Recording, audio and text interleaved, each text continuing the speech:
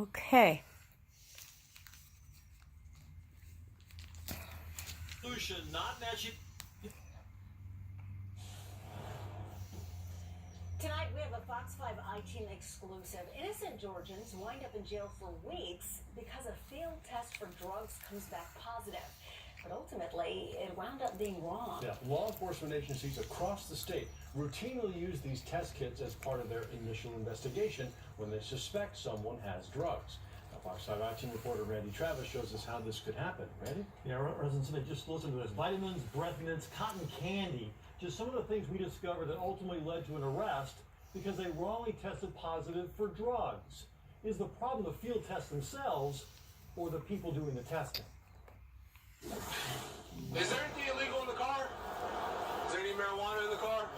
On their way home from a rare dinner out last October, Simon Kofi and his wife Clarice are stopped by a Dorville police officer. He's not happy with the plastic cover over their license plate. He also believes he smells a, quote, little odor of marijuana. And if I don't find anything, you guys will be on your way, okay? If I do find something, somebody's going to jail tonight. Someone did go to jail, but just like dozens of others across the country, it wasn't because they had something illegal. A field drug test wrongly said they did. I know I'm innocent, so whatever that is going to come, I know I'm innocent. Simon and Clarice are trying to have a baby. Last October, she was taking a popular vitamin, folic acid, in hopes of improving their chances. She says she divided up the tablets and put half in a baggie so she wouldn't forget to also take them at work. Dorville police found that bag in their glove compartment and immediately put the couple in cuffs, believing they were trafficking ecstasy. It does look like ecstasy, and there's no markings on it. She said it's folic acid. She bought it at Walmart. She put the half on here and half in the bottle at the house when she's at work. No markings? Even vitamins have some kind of markings on them. Actually, vitamins often do not have any markings. To check their hunch, Dorville police did a quick field test on those white tablets using a $2 disposable kit like this.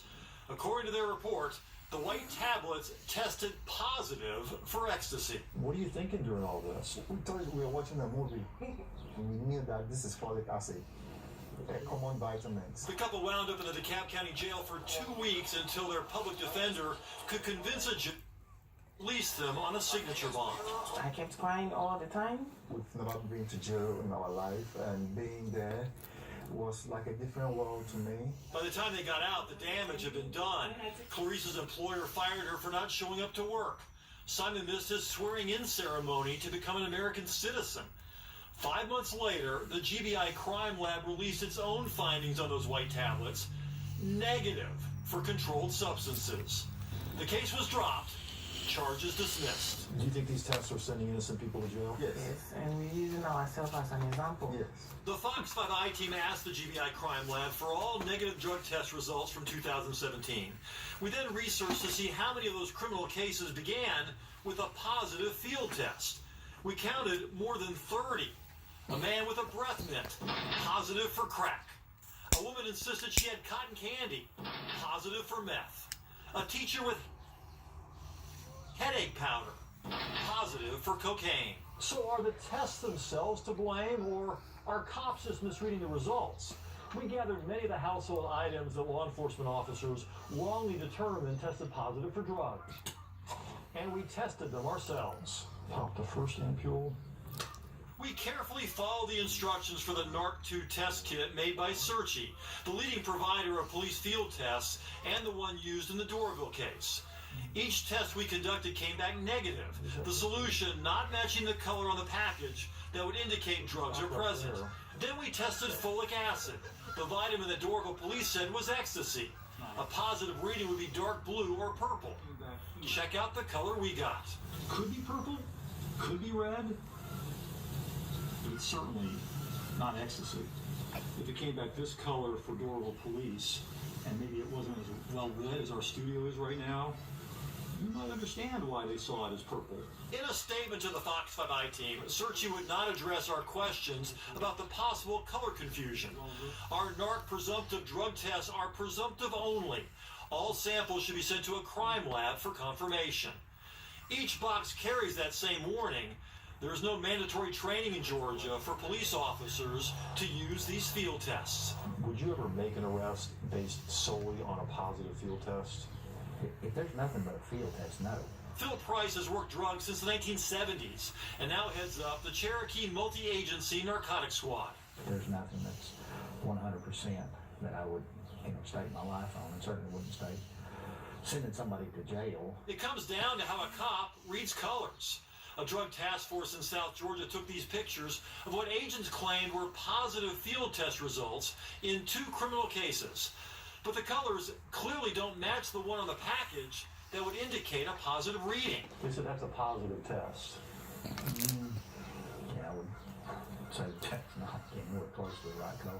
In these cases, agents did find other drug evidence at the scene, but it underscores just how subjective these field tests can be. As for Simon and Clarice, you might think life is back to normal now, but even dismissed charges will haunt you. When we ran a background check on Clarice, look what came up: drug trafficking. She says no full-time employer will hire her, all because of a bag of vitamins and a test some cops clearly trust way too much. We believe that America is an advanced country. This should not be happening.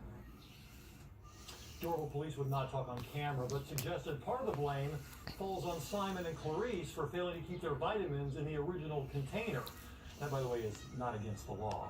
What? Okay, this is actually infuriating. What's the solution to it, though? Should they just stop using these kits? Well, I talked to some departments who say that if the kit is the only evidence that they have, they don't make an arrest.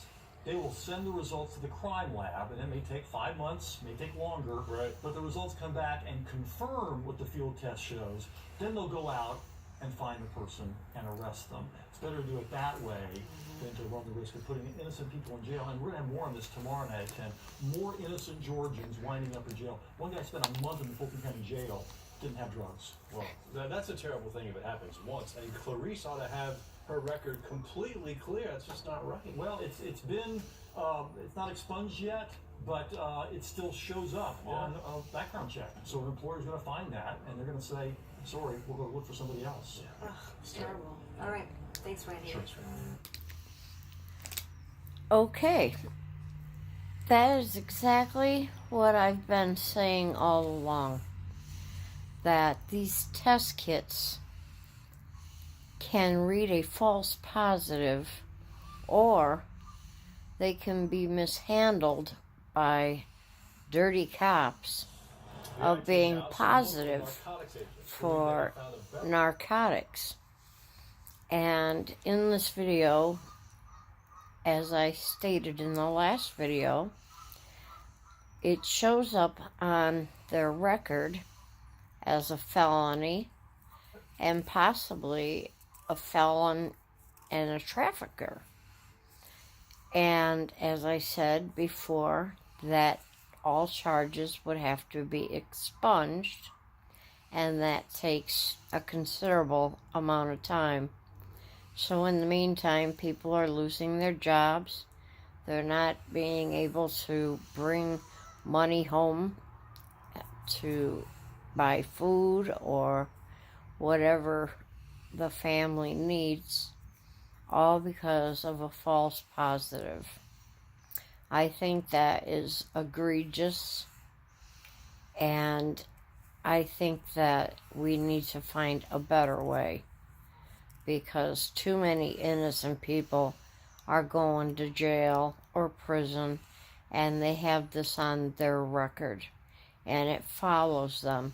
And sometimes the government misses one or two, and you have that stigma for the rest of your life. I just think it's a terrible shame what's happening with this, and how it's injuring people and their loved ones as well. So this is Chicago Training Wheels.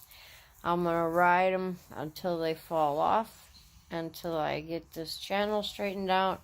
But I wanted to bring you this video to just remind you to stay vigilant, know your rights, and don't let someone with a badge tear you down and walk over you. Okay? Be aware. Eyes open at all times. Be aware of your surrounding. Alright, you guys. I'm signing off. Till next time. Bye-bye.